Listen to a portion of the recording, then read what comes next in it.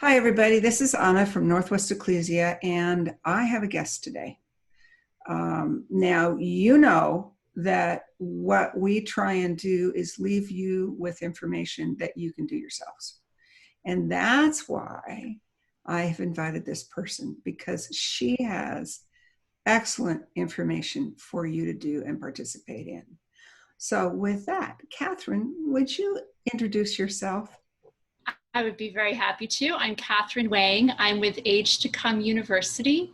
And our whole purpose is really to unlock who we really are as designed and created in God's image. And so I'm so excited to be here with Anna and you and all of you, and just to talk about who we really are and what that means and how we can become who God has designed us to be in this coming age. And so what happened is we have a mutual friend, Dick Rabel. Dick is Northwest Ecclesia's website guy and graphic artist. He is amazing. He owns a company called Sliceworks in DC, if you need any help with that. And he starts telling me about Katharine, a course that is being developed. I started to say built, but really it's not in construction, it's developed, called, it's about the cloud of witnesses. And that's why we're here today. But before we go into explaining that course and its offerings, I would like a little bit of a backstory. So Katharine, I have done a deep dive study, which I'm really not done with, on the soul. I did a 4-set teaching about the heart and making it great ground for planning things. But what I ran into is that in King James, there's 498 verses that say soul, and in the NIV, 298 verses that say soul. Well, lo and behold, most of them are interchangeable with the word heart. And I came to the conclusion that it's our inner man. It's what's going on in our inner man. And so that's my first question. What happened within you that made you to decide to be a founder in the Age to Come University? That's a great question. And I was a Christian my whole life. Grew up in a Christian family, did all these sorts of things, did all the right stuff, very religious background. When I was in my early 20s, I wanted more. I wanted something more. I felt, the answer was always, well, read your Bible, pray, and go to church. And that, no matter what your question was, if you wanted more of God, those are the 3 things you had to do. And by the time I was in my early 20s, I said, I've done that. I've done that like a lot. And I can be very faithful and religious about it. And I want something more. And so I started asking God for something more and became convinced in my early 20s while I was in law school that what I wanted was more of the Holy Spirit. And so I started praying for that, even though that went against every theological belief that I had grown up with. I was told you don't do that. But I became so desperate for God, I started praying that. So about 6 months after I'd been praying this on and off, give me more of your Holy Spirit. I don't care what it looks like. Well, except I didn't want to speak in tongues. Other than that, I didn't care what it looked like. I had this experience one night where I bent down on my knees all by myself in my room, bent down on my knees, opened my mouth to start praying, and out of my mouth came all these syllables that I didn't know what they were. That was the one thing I told God I didn't want, right? And but it felt like at that moment someone switched on the radio, and all of a sudden I saw an angel for the first time. I heard God's voice, and from that moment on, I started having these encounters in the spiritual world. So I spent about 20 years in that charismatic movement. I was a lawyer in Washington, D.C. at the beginning of that period, and nobody knew it because by day I was working on all these, political, cases, for legal cases. And then on my vacations, on the weekends, I was using my vacations to take week-long trainings in how to use your spiritual gifts, how do you hear God's voice. And so I practiced and practiced and practiced. And long story short, about 10 years into the practice of the law, God told me it was time to quit. And I did that even though I had nothing else to go to. But I ended up having twins not long after that. So I made, devoted myself to raising the kids. When my twins were about 3, God said, go back, finish your seminary degree. So I got a seminary degree. I founded a nonprofit ministry, and I started developing Bible resources. We have a free Bible app, Kingdom Keys Bible app, all these cool stuff, radio show, TV shows in the Washington, D.C. area, a lot of fun stuff. And a few years ago, God gave me this really vivid experience where he said, okay, you're at a crossroads. Do you want to continue working on earth and creating these Bible resources for kids and families and making a difference? I mean, that's an important thing to do. Or do you want to have a heaven-centered ministry where most of your time you're going to spend in heaven and kind of work from there? And it was a real decision. There are things you give up with either one. And I opted to have a heaven-centered ministry. Didn't really know what that meant. But nothing shifted right away. But I would say probably year and a half after that, I looked at my day and I was like, you know what? I am spending most of my time in heaven engaging stuff and writing stuff and doing that kind of thing rather than creating these Bible apps and resources and curriculums for kids and families. And our TV shows started shifting to how do you have better visions and how do you take trips to heaven? And so eventually I realized I really had two things going. I had this Bible resources for kids and families, and then people that were interested in that weren't necessarily interested in how to take a trip to heaven. And so I finally decided this year with a couple of friends to found a new organization. We call it Age to Come University. It's an online classes geared towards adults, really to equip us to become who we always are inside. So equipping us to really do the stuff Jesus did and step into this coming age and have those kind of, empowerment in our lives. Little side note, yeah, speaking in tongues hit you the same way it hit me. I used to, when I was in high school, I had this girlfriend, Alicia, and she was bugging me till I was mad. And it was after school one day, and I finally said, Alicia, if God wanted me to speak in tongues, he'd just drop it on me. And I was so hurt with her that she left crying. And I'm helping Mom cook dinner a little bit later, and guess what? I'm pouring out of my mouth. Had to go apologize to Alicia. That's funny. Yeah, it was. But you hit on a point that I teach a lot, and you made reference when we were visiting beforehand that God called you to a point in time where you worshiped every night. Yes. What did that do for you? Yes. And so God, when my twins were little and I felt like I could barely get through the day, he told me, I want you to take 40 days. He said, promise me you'll do this. 40 days where you worship every night until he just said, and come into my presence every day. At that point, I only knew how to do that through worship. So I would worship every day, get everyone in bed, worship every night until I came into his presence. And that wasn't for me like one worship song and you're done. I had to, at that point in my life, it was sometimes 30, 40 minutes that I had to go until I could feel the atmosphere shift. And boom, I knew there was God. I was in his presence. I tell you, at the end of that 40 days, I was so hooked. I didn't want to stop. I did that for years and years and years. And so I would say probably the first year, I just felt God's presence every day. And I could spend 1 second and just get healing. I suffered from postpartum depression for years with the twins. That got healed. Just the last parts of that got healed, and his presence, just the joy hitting me. And so I was so hooked. And so after probably about a year or so, I started noticing not just God's presence, but I started noticing angels.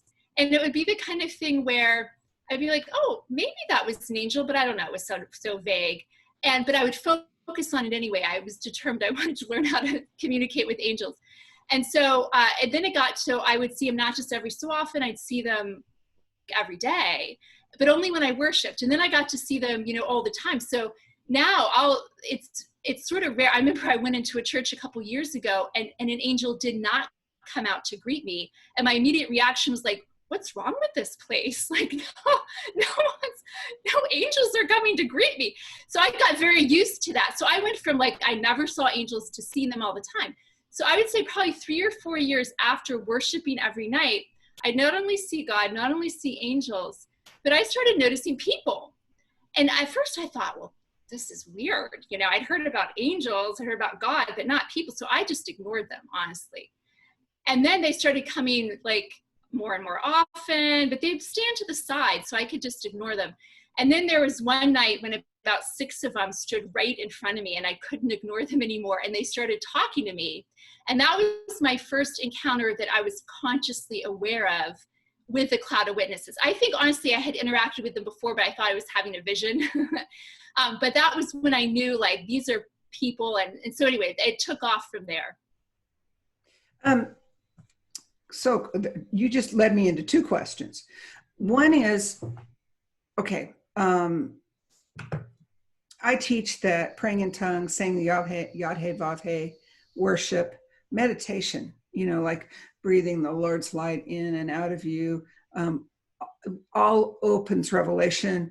They actually have done research and proved that, especially when you pray in tongue, the pineal gland in your head will release melatonin.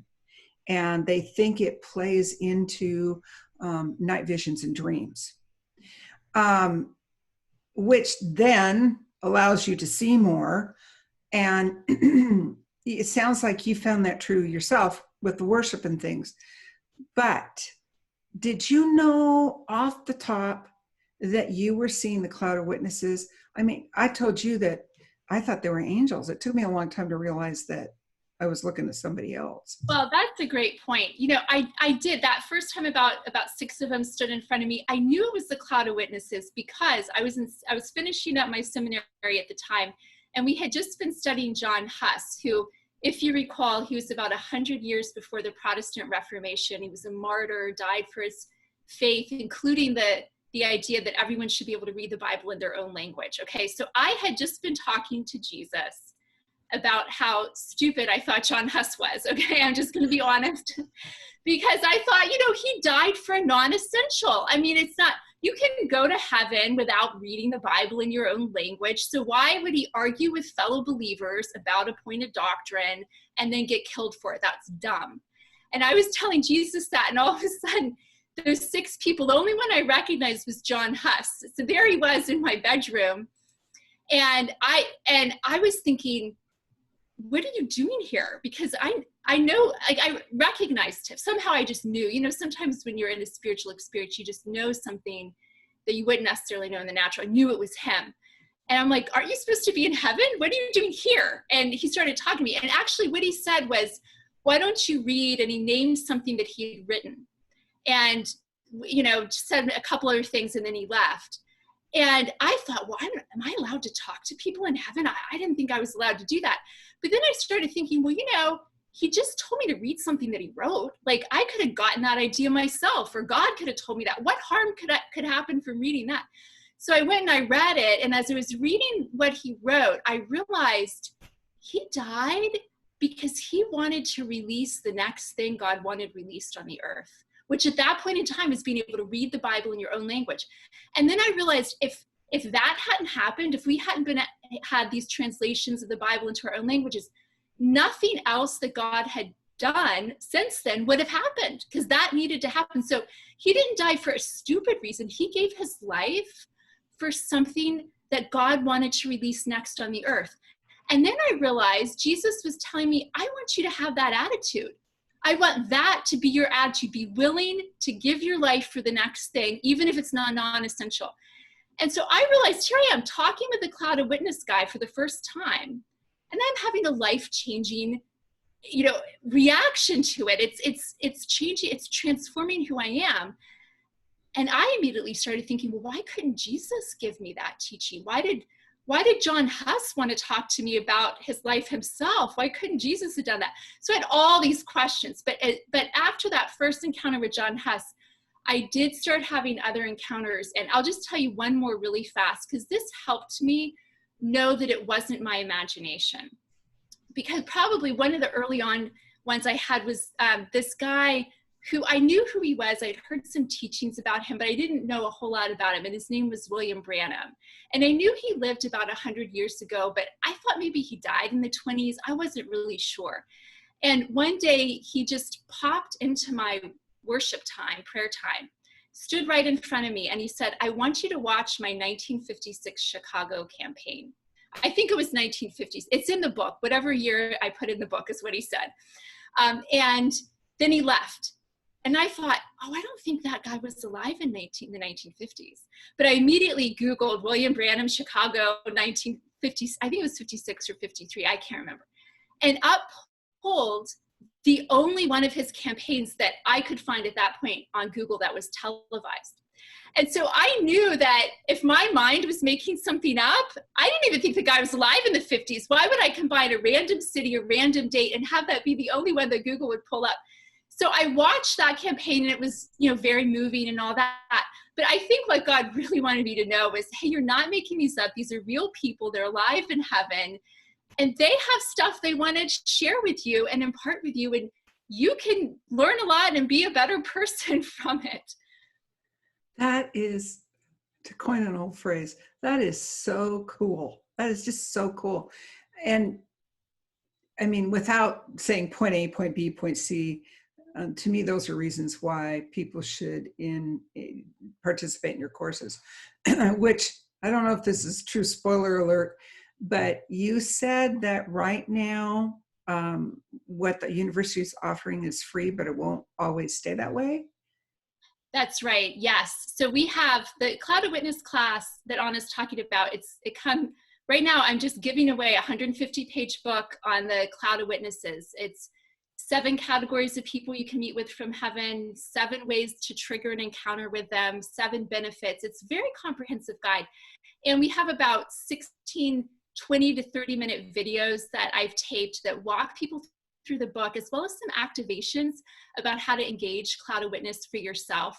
And so right now we're offering that for free, but it's not going to be free forever. And we haven't decided when, and we're going to start charging and how much, but we will. So if that at all interests you, I'd encourage you to get on the website now, atcuniversity.com, and sign up while it's still free. And we're adding new classes quite often. I'm starting a new class this week, so there's always going to be new stuff going on, different topics. So now's the time to check it out.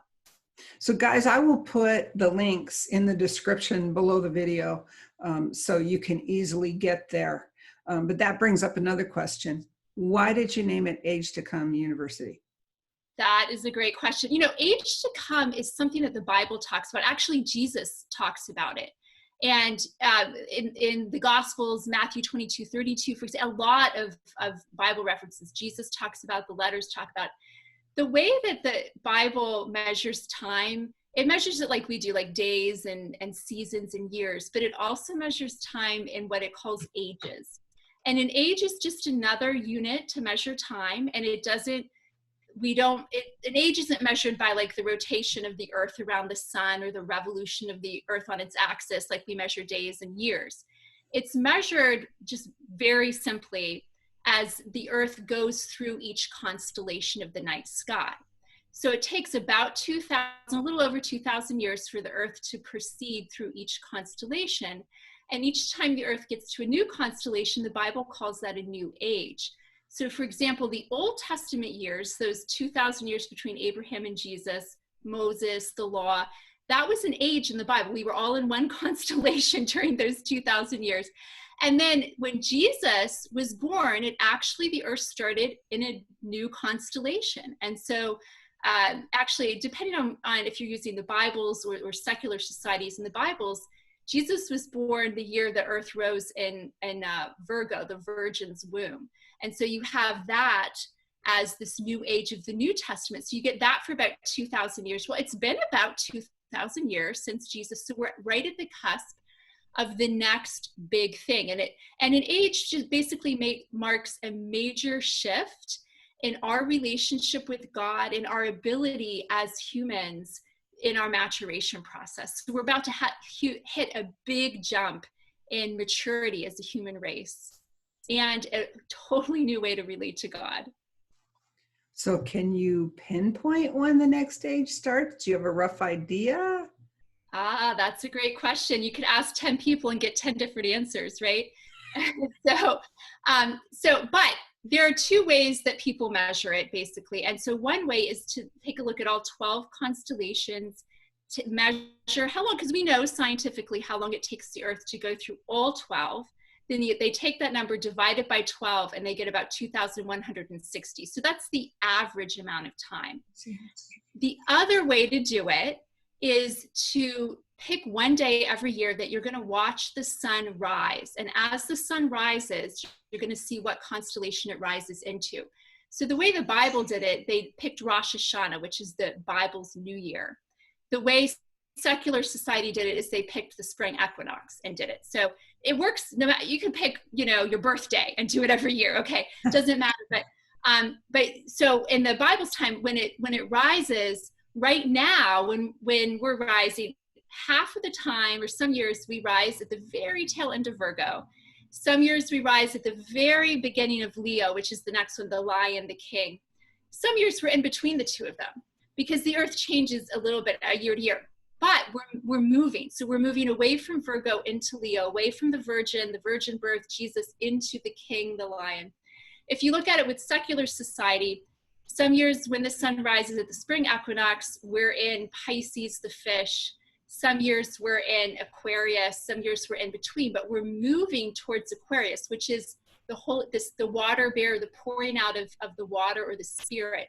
Either way it works. So Pisces the Fish, a lot of Christians way back thousands of years ago realized they're the beginning of the new age. That's why the fish symbol was a fish of Christianity, because they realized we were in Pisces, a new age, that Jesus multiplying the fish is one of his first miracles, starting the new age. This is, if you talk to Christians 2,000 years ago, they would have told you that. Now it's with the outpouring of the Holy Spirit. We're in this new age of Aquarius or Leo, depending on how you look at it. So I think we're actually in that in-between period. The New Testament was written in that in-between period, that the temple was still standing, people were still making sacrifices there, but yet it was obsolete. You didn't have to use it. There was a new system, it was gonna go away.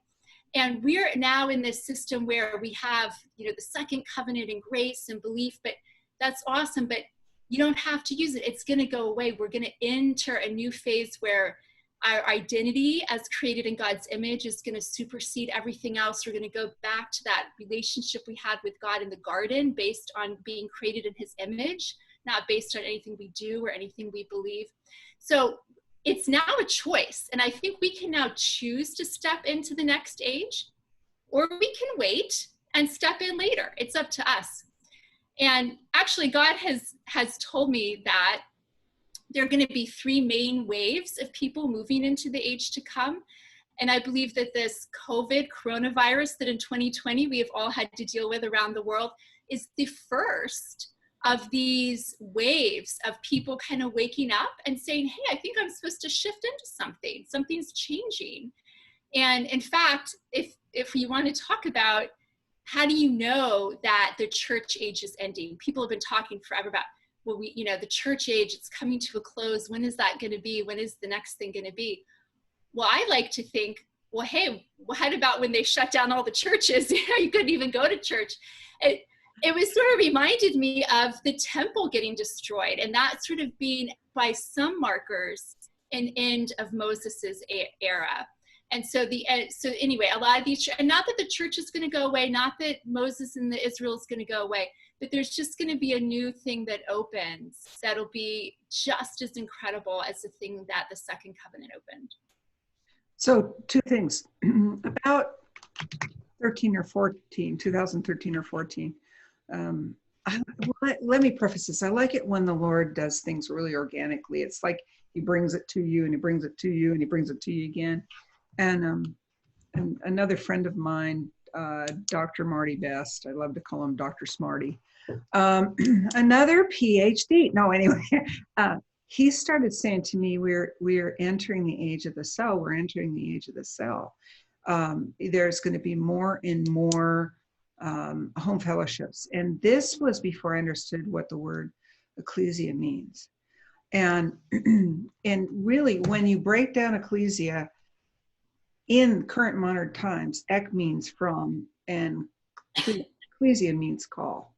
So from the call of God, people are hearing that call, and these groups are popping up all over, just popping up, and so yeah, what you're saying is, people can't meet in church anymore, and here come these groups. Well, the same thing is true. Your comment, I was talking to somebody the other day about the water. Same thing. Everybody and his brother is saying, I had a dream about being at the beach. I had a dream about being in a river. I had a dream about being in rain. It's water, water, water, water. And it's enough to make you stop and go, and then, yeah, we are entering the age of water. Prophetically, can you tell us, before I say that, so you guys say age to come, and most groups don't have an official name. We call you guys, your fellowship, the DC Ecclesia. I don't know if you guys even label yourselves.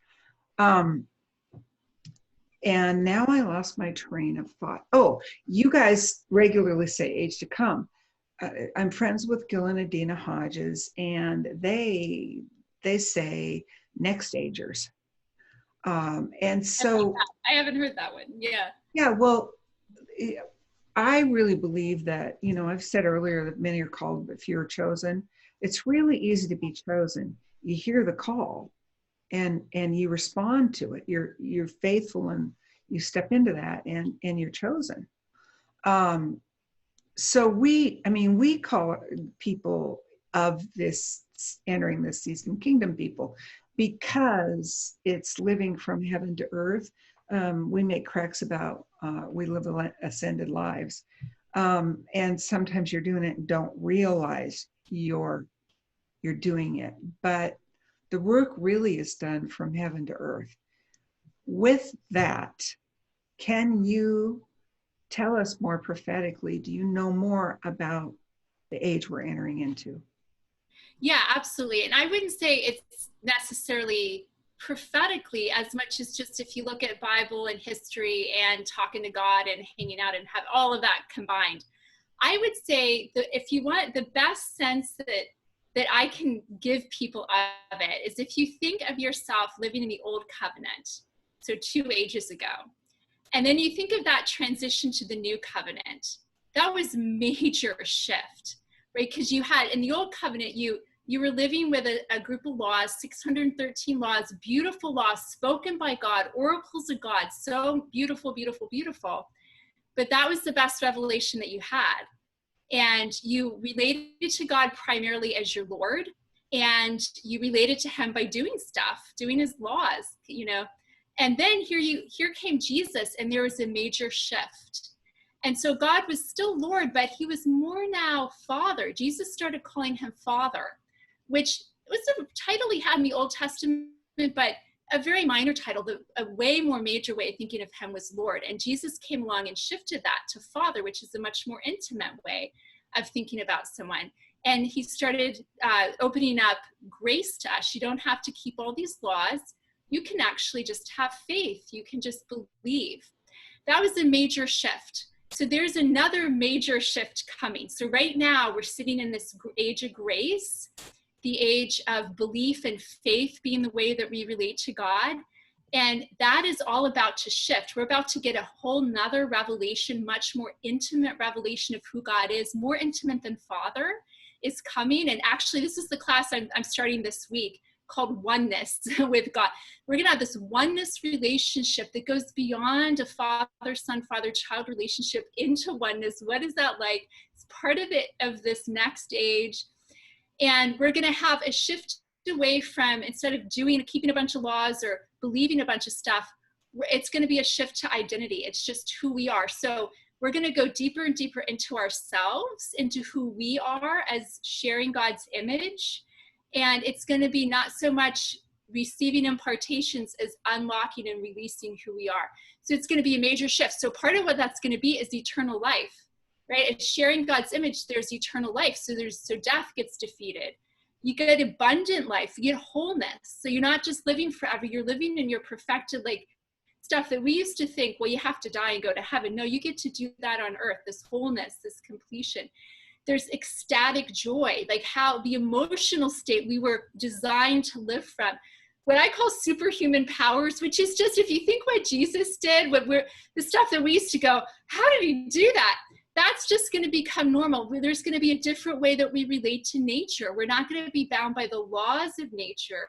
Nature's not going to respond to laws. It's going to respond to who we are, our identity. That oneness that I mentioned, that instead of feeling separated, like God's someone outside of me, that I have to find him, feeling separate from others, there's going to be a oneness. It goes on. I will just mention one more thing, and that is the heaven-earth union. And communication and travel between the heavenly realm and earthly realms will become much more commonplace.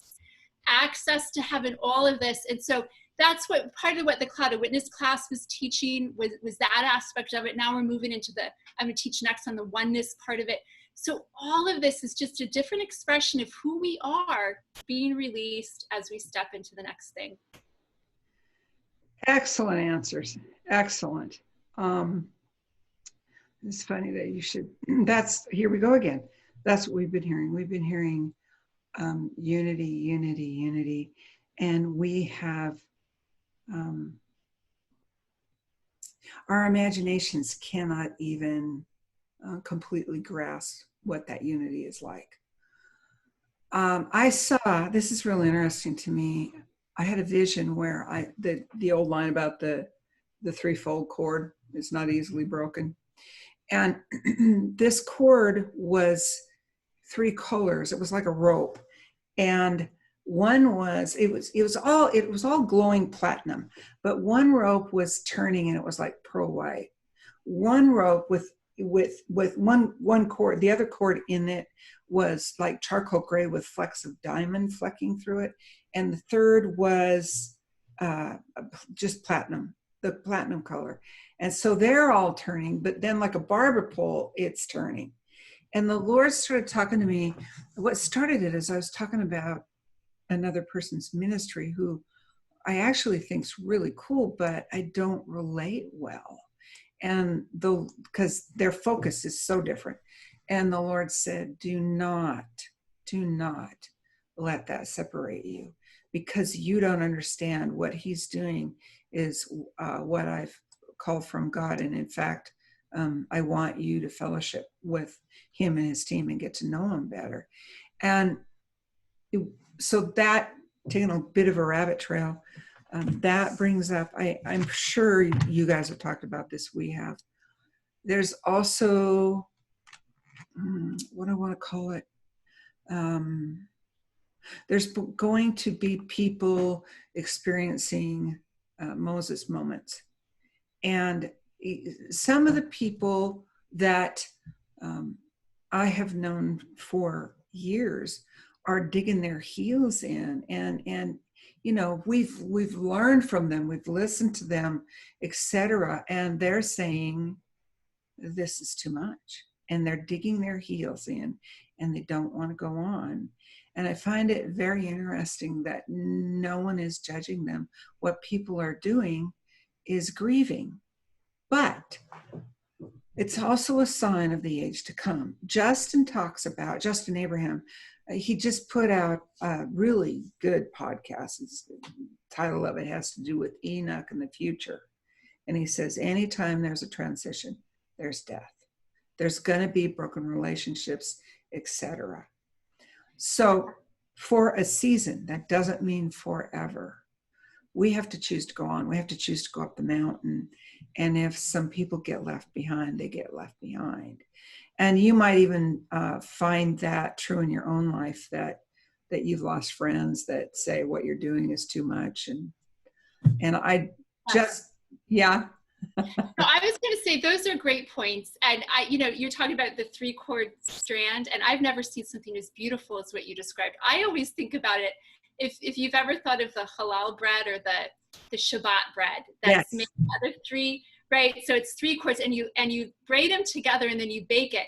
And I've always thought of those as like the first covenant, the second covenant, and now this third way, or this next thing. And that I don't even know what it's going to be called yet. It's so new.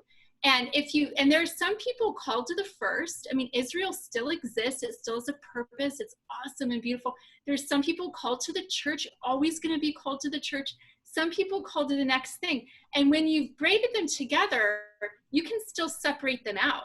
But once you bake it, it's one loaf, and you can still see the 3 strands, but it's one. And I think it's a beautiful thing of the 3 becoming one, and not only the 3 people in the Trinity, but the 3 movements, or the 3 expressions of who God is and how he's revealed himself to us on earth. How we reveal that is through those strands. And so there are going to be some people not called to the next stage. They're going to be, Nancy Cohen talks about this. She's the first person that opened my eyes to this, but Paul talks about this. Isaiah talks about this, that Isaiah released a spirit of blindness. That was his number one thing he was supposed to do.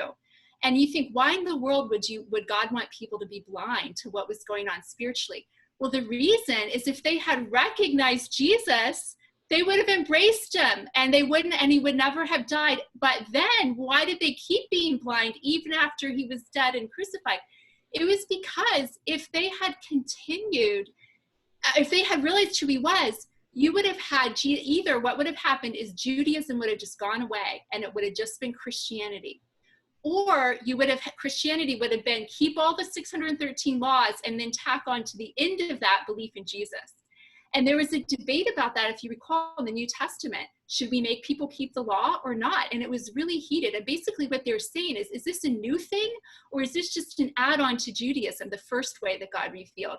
And they ended up deciding, no, faith in Jesus is so strong, it's so powerful. It is in and of itself a new way to God. You don't have to have the old way. You can skip over that.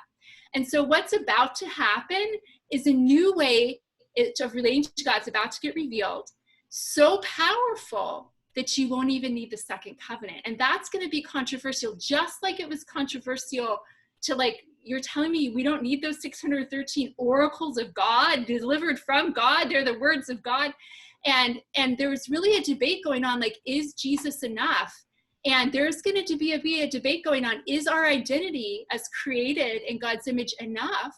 Or do we also need to add other things onto that? And there's going to be a real debate. And some people are meant to be blind to the new thing so that the church doesn't go away, honestly, because God loves the church so much. Just like he wanted Israel he loves Israel so much, and Israel's still going to have a purpose. The church is still going to have a purpose. But if your heart's burning for that next thing, then you're obviously called to the new thing. So I go for it, absolutely go for it. And you're right, there are going to be bridges burned, just like Paul had to go through a lot of loss of relationship.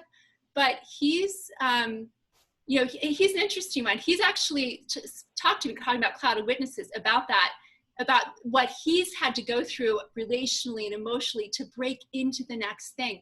And there's going to be a whole group of people called to be like Paul, breaking into the new thing and breaking away from the old. Very interesting times we live in. Yeah, I'll say, but to affirm what you're saying, another one of my little stories. I live in a cul-de-sac, and cul-de-sacs usually have 5 houses. Well, I'm in the right corner of the cul-de-sac. My last address number is 2. My sister's in the left corner of the cul-de-sac. Her number's 4. And she is the finance director for her church. Now, I got to tell you, I love her church. Her redemptive gifts. I couldn't even explain this to them. They wouldn't understand. Her pastor, his redemptive gift is giving. They have a call to missions around the world. That church supports 125 missionaries. Over half their money goes out their door to missionaries. Now, my sister is the church age from the get-go. When we were younger, there was strife, division. She told me I was of Satan. This is when I was in my 20s. Now, she can see God moving. She can, in my crazy, all my crazy experiences and everything. Now she runs over and comes over for lunch and sits down and goes, tell me stuff. Tell me. She's never going to leave the church. She's called to organize church. But she understands that there is another movement and accepts it and is trying to explain it to her pastor. So cool. So anyway, I totally agree with you. And I stop people dead. When we get people in who have been hurt by the church or something, I just stop them dead. And I say, that's humanity. Humanity is humanity. You're going to run into that kind of stuff here. But we just don't go there. We don't cut down the church. Not going to do it. There's a reason they're there. There's a reason we're here. Okay, so off my soapbox. Turning a corner a little bit. Can you tell me about your partners in the university? Yes. So I co-founded Age to Come University just this year with two other incredible people. And Margaret Beam is the first one, and Amy Youssef. And we are friends, first of all. So I love the fact that this just developed organically, just from our relationship. And we've been talking for a couple years about, hey, there's another thing coming, and wouldn't it be great? Because you have this piece, and you have this piece, and I have this piece. And if we all got together and just were able to develop classes that could teach people, and not just because we understand enough to know we're whole beings, right? So we don't just want information to go to our heads, because that's not going to shift anything. We have to speak to our conscious mind. We have to get it into our subconscious mind. We need to get our emotions involved. We need to get, we have to practice. It has to be very practical. So we thought if we could develop courses that hit us on all those levels as a whole being, a whole person, and take different angles of what the age to come is, wouldn't that be so cool? And so we decided to finally go ahead and do it. And so Margaret Beam, she has an incredible understanding of the spiritual world, of the natural world, and how everything fits together. She's a big picture person. You can talk to her for 5 minutes about any topic. You just pick a topic. And I tell you, I can learn more in 5 minutes from her than just reading a ton of books. She just can summarize that. So anyway, I tell people I have I've been to seminary, I've been to law school, and I'm more the seer type, so those type of experiences. Margaret is certified in energy and biofield therapist, so she does therapy for the people like in those kind of areas. She's also certified as a mindset coach, so she knows how to shift mindsets, life coach type of things. So she has that piece of it. Amy Youssef is not only a brand design, she's like a web person and design person, and she makes everything look beautiful for us, and that's what she does professionally.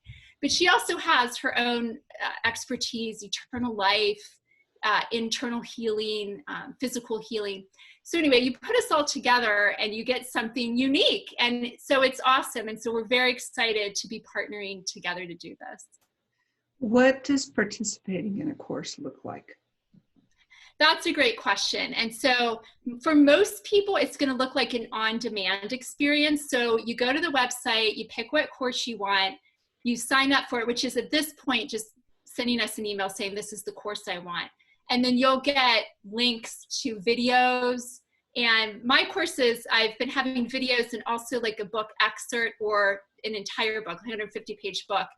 And so some people like to watch the 20, 30-minute video, and then that's all they do. Some people do that, and then they read the book excerpt. Some people read part of the book and then watch the video about it, however you want to do it. I do also offer live classes, and at this point, as long as we have capacity, I have to cut that off at some point, but I would welcome people to join live. The advantage of joining live is you get to ask questions. Now your voice, your image gets edited out. So all you hear is me repeating the question and then answering it, but you do get to answer questions, and I ask questions, and I love getting that feedback from people live right there. And so if you're interested in that, you can also contact us on the website.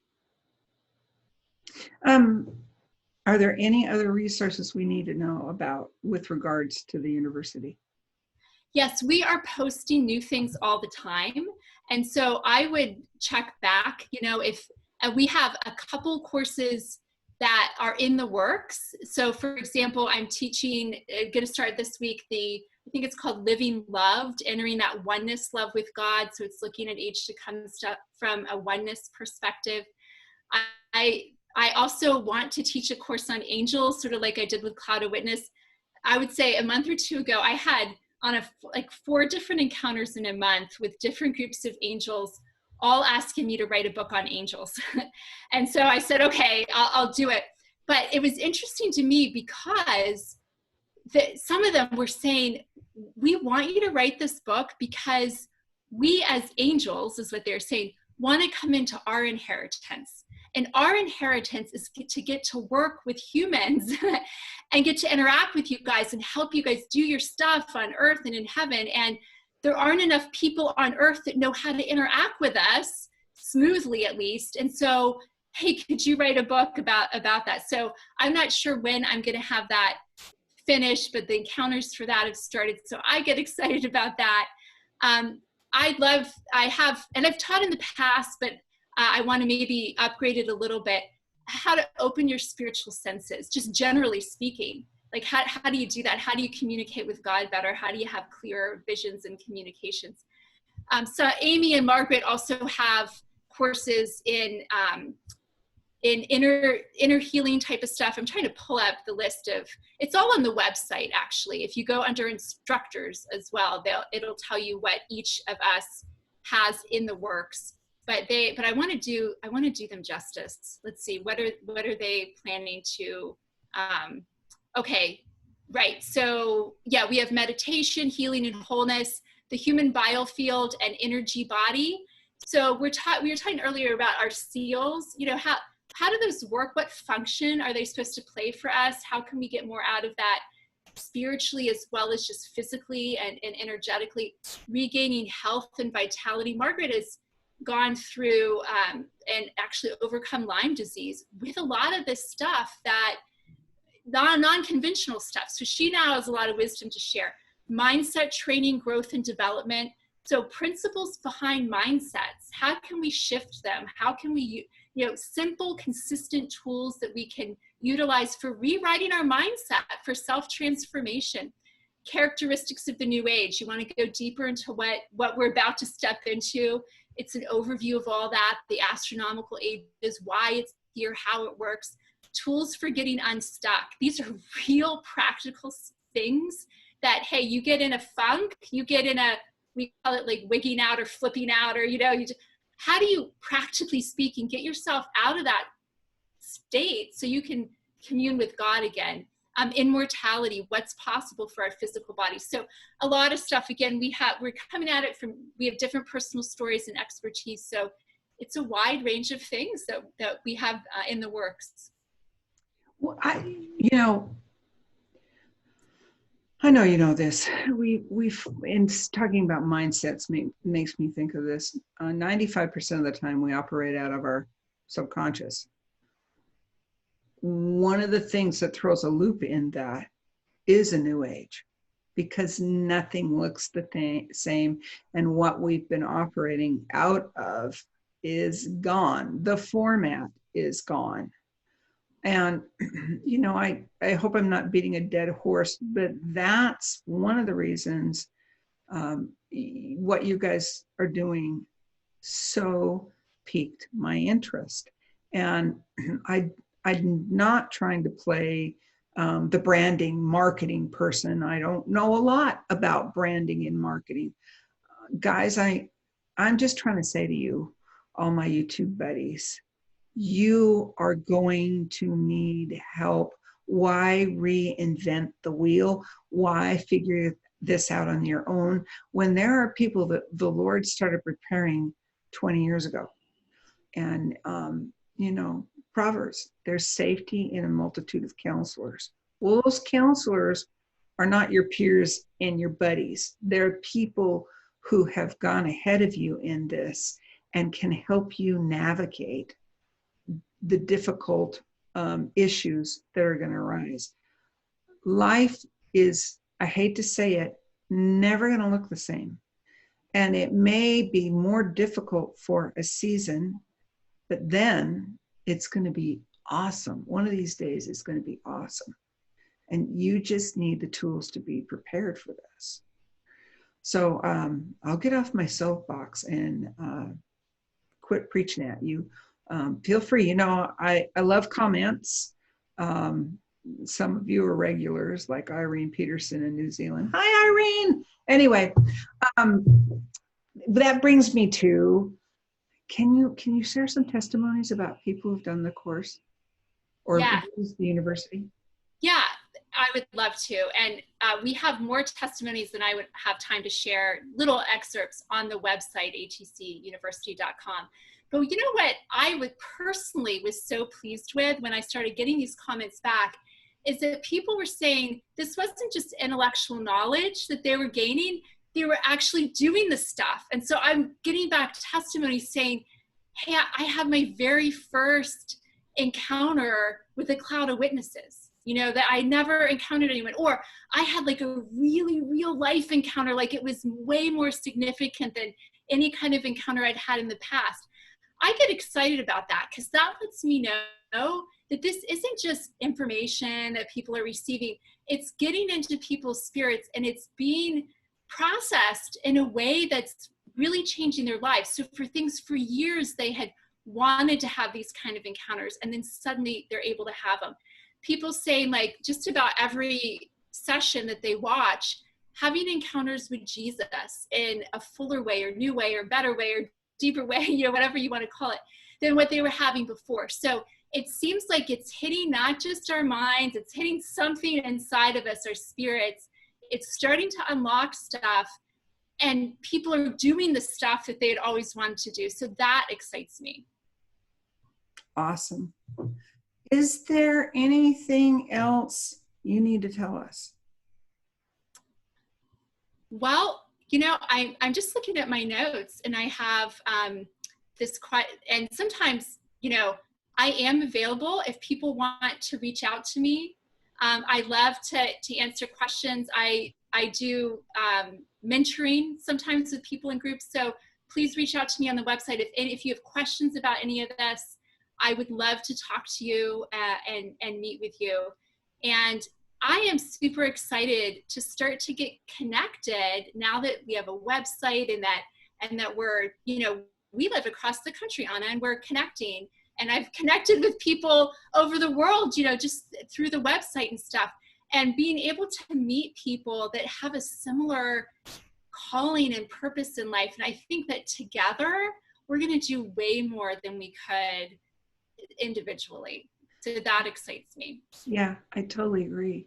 I totally agree. And that unity, there's this sense of kindred spirit. And I told you earlier before we started recording, I would just love the day when we can say, hey, we're doing this or we're doing that. And if you could just get yourselves here, we've got beds and floors and we'll feed you and let's do it together. And I think those days are coming. But there really is a sense of, you know, family, of, gosh, you've walked down this path. I must have known you for years and didn't realize it. I found that really true when I met with Margaret and her sister that is leading the Tampa group. There's just so many times God has said to us the same thing. And it'd be like, what do you think about? Well, God said, blah, blah. He said that to me too. And it's like he's had us on the same chord. We've been listening to him, listening to the same thing. And I know there are more groups and more people out there like that, and we're going to meet them. And that's another reason what you're doing is so important. I think people are going to come out of the woodwork. You also have hit on something that's very important to me. My dad was pastor. He used to say, this is the way. He said, watch me do it with me. Now you do it. You know, we've lived through, well, you know, academia, we've lived through the era of the lecture. That's great. But right now we need more, we need hands-on. And we've gone, for most of us, if you're out of the church age, gone is sitting on service on Sunday and midweek and then going home and saying, wasn't that nice? Now we're at, when we meet, we're taking something home to do, learn, and practice. And I mean, I will. That's really interesting. You said, talking about academia reminded me of something else. One of the first times, maybe the first time I met with, I think it's the spirit of understanding, one of the 7 spirits of God from Isaiah 2. He and some other beings I met with, and actually some Cloud of Witness people were saying, you know, you're going to start a school. And if the school is going to be in heaven, so people are going to sign up on earth, but really the classes are going to be in heaven. So when they take these classes, they're going to go up into heaven. And it's not going to be a brick and mortar school. It's going to be a school in heaven. And I totally forgot about that. But then when we decided to call this organization Age to Come University, I remember that. And I thought, oh my gosh, this is exactly that prophetic word I had received. But I think it's so fun to think that, yeah, we're signing up for this on earth, but really our spirits are going to heaven and we're learning in heaven. It's an experience really unfolding for us there. And so, I'm just super excited to get to be one of the people in part, opening the door, I guess, for a lot of, and for some reason, I'm remembering a story and I'll go ahead and share it. During that encounter where I was actually in a school in heaven, and other people have talked about there being schools in heaven that people go to. I met some people, even this one guy who lives on earth 100 years from now is what he said. And he was also taking these classes and then making videos and showing people different aspects of it was actually the restoration of creation that he was taking classes on. And there I was sitting in the class. And so there are these heavenly classes that we can as individuals go up and get tutored in heaven or take a class in heaven. But there's also now the classes on earth that together on earth we can come together and go up together and learn together. So I think this is a new thing happening that maybe a generation or two ago wasn't so much available, but in this generation, we're going to have a whole new level of learning and understanding about ourselves, about creation. So I think buckle your seatbelt. I think we're going to have a whole acceleration of what we're going to be able to do. So you just, an experience for me, you just hit on, gosh, I'd forgotten about this. It's a few years ago, and I was in this vision, and I'm on an old-fashioned train, like from the 1800s. It's beautiful. It's all the beautiful varnished wood and red velvet seats. The funny thing about this train was it had like bleachers attached on the outside, and there was 2 or 3 rows on the outside of the cars. And the seat I was sitting in just outside the window was this kindly old man in the plaid kind of jacket shirts men wear. And I knew we were in heaven, and this train is going through a university, and it's the old-fashioned Ivy League, the brick, the limestone, the manufactured lawn, the ivy growing up. And I mean, the thing was beautiful. Back then, I'm thinking, school in heaven? And we just have to avail ourselves to go check it out. Well,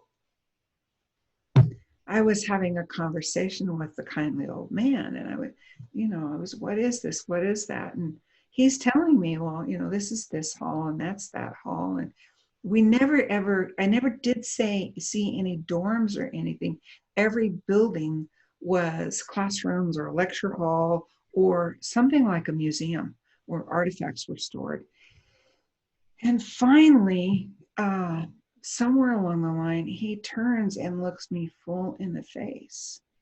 And here are these absolutely loving, piercing blue eyes.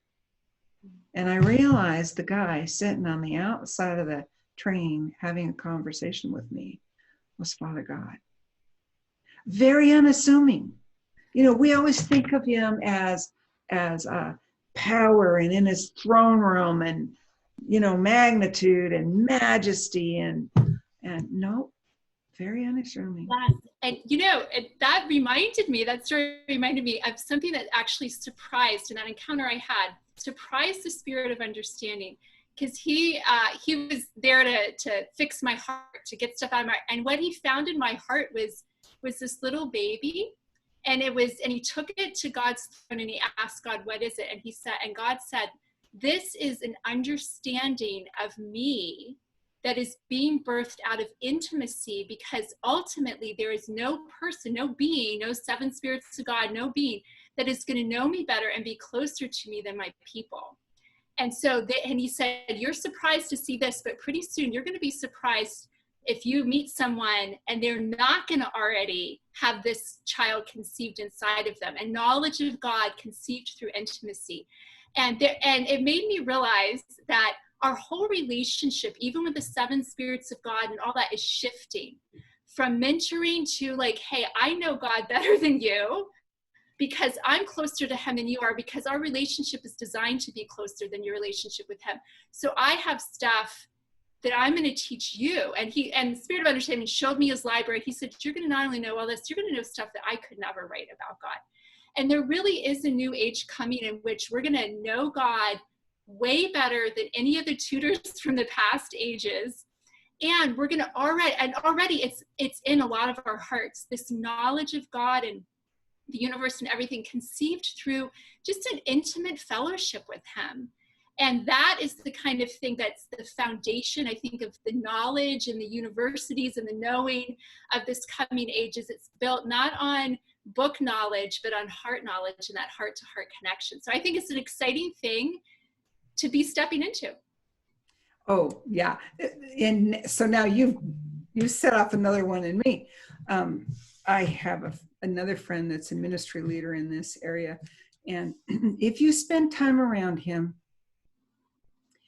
you get the sense from him. Everyone he meets gets the sense from him. You're my favorite. Everyone is his favorite. You're my favorite. And I finally said to him one day, I said, Mark, how do you do that? How do you get everyone to believe? He goes, Father God showed that to me. That's the relationship that's coming with Father God. Everyone is his favorite. We can all look each other square in the eye and say, I'm his favorite. That's right. We're all number one. You know, something God told me recently, you can't lose your position, but other people can come into it. You know, you're my number one. You're never going to not be my number one, but other people can also be my number one too. You know, and if you think about it, I do the same thing with the Trinity. You know, whoever I'm with, I'm like, you're my number one. You're my favorite. And then, you know, you go to encounter the next one. No, wait, you're my favorite. So our hearts have that same capacity to do that God does. I think it's beautiful. Yeah. Yeah. And there's so much is going to happen. It's far beyond our imaginations. So you're teaching, I mean, one of the main courses right now is Cloud of Witnesses. There's, you know, somewhere along the line, people are going to have to teach about the Stoicism. I don't know if you've run into them yet. People are going to have to teach about the crystal beings. There's just all sorts of things. I don't know if you've ever, I'll throw this one out there. One of my friends who's a dear friend of Del Hungerford, she's another classical musician. And she started seeing these crystal beings. And they came and talked to her. And in many ways, they line up with the seven spirits of God. But one day they look like fractals. Every crystal in these beings were the same shape. they kind of look like fish, and when they move, they sound like wind chimes. And the reason I'm telling this story is that it may bring some people peace. I started seeing them everywhere, more and more and more. I started seeing them hanging out with the angels, and I'm like, what are these things? What are these things? And finally, one day, one of the angels said they're governors. I'm like, governors? And they said, like governors on an engine that will regulate the gas flow, the power, whatever. They regulate. Whatever they can set a limiter. And I went, oh, so like the rioting. I said, how do they do that? And they said the crystals they emanate a frequency and a sound. And I said, so if you send one out, the rioting can only go to a certain level. So when a bad thing's coming, a hurricane, you can send one out or more than one, and it will limit the hurricane. And they said, And the reason I'm bringing that up is we don't have to feel doomed as we navigate this stuff. There's more going on than we realize. But that was my other thought. Someday, somebody's going to come along and say, I've been experiencing the quest with the crystal beings for 20 years, and I could tell you all about them.